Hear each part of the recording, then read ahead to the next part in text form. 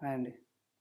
ఈరోజు వైజాగ్ నన్ను చూస్తుంటే చాలా బాధగా అనిపిస్తుంది. బికాజ్ నేను నా ఫస్ట్ మూవీ 'ఊహలు గుసగుసలాడే' మూవీ అక్కడే చేశాను.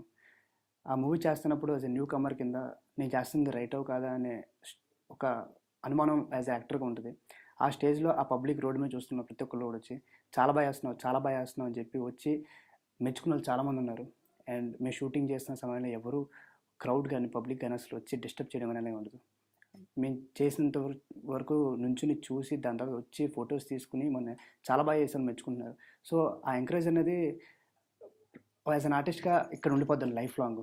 సో, నాకు అలాంటి వైజాగ్ పీపుల్ ఇప్పుడు చాలా డిస్టర్బ్ అయిపోయి చాలా కష్టాల్లో ఉన్నారు సీరియస్‌లీ. నేను అది పాలుపంచుకుందాం అనుకుంటున్నాను. ఈవెన్ నేను 'లక్ష్మీరావు' ఇంటికి కూడా లాస్ట్ మంత్ నేను షూట్ చేశానండి. ఆ ప్లేసెస్‌లోని కొన్ని షూట్ చేశాను కూడా. అండ్ ఇప్పుడు నేను ఫోటోగ్రాఫ్స్ అన్నీ నేను చూస్తుంటే సీరియస్‌లీ ఏం మాట్లాడాలో కూడా అర్థం కావట్లేదు. ఎందుకంటే ఎంతో హ్యాపీగా అక్కడ షూట్ చేసాం. ఇప్పుడు రానున్న దివాళీకి ఎంత ఇంపార్టెంటో మనకు తెలుసండి. ఒక మన ఫ్యామిలీలో చాలా పెద్దగా జరుపుకుంటాం.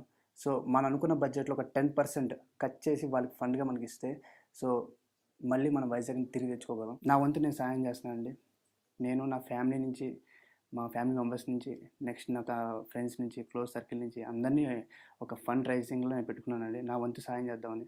బికాజ్ వైజాగ్ అనేది నా లైఫ్‌లో చాలా ఇంపార్టెంట్. అండ్ ఒక బ్యూటిఫుల్ సిటీ.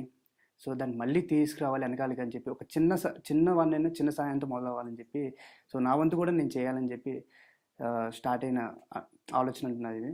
అండ్ ఇక్కడ ఉన్నాయండి డీటెయిల్స్. ఇది గవర్నమెంట్ వాళ్ళకి సంబంధించినండి. ఎటువంటి ఫ్రాడ్ ఉండవు, ఏవి ఉండవు.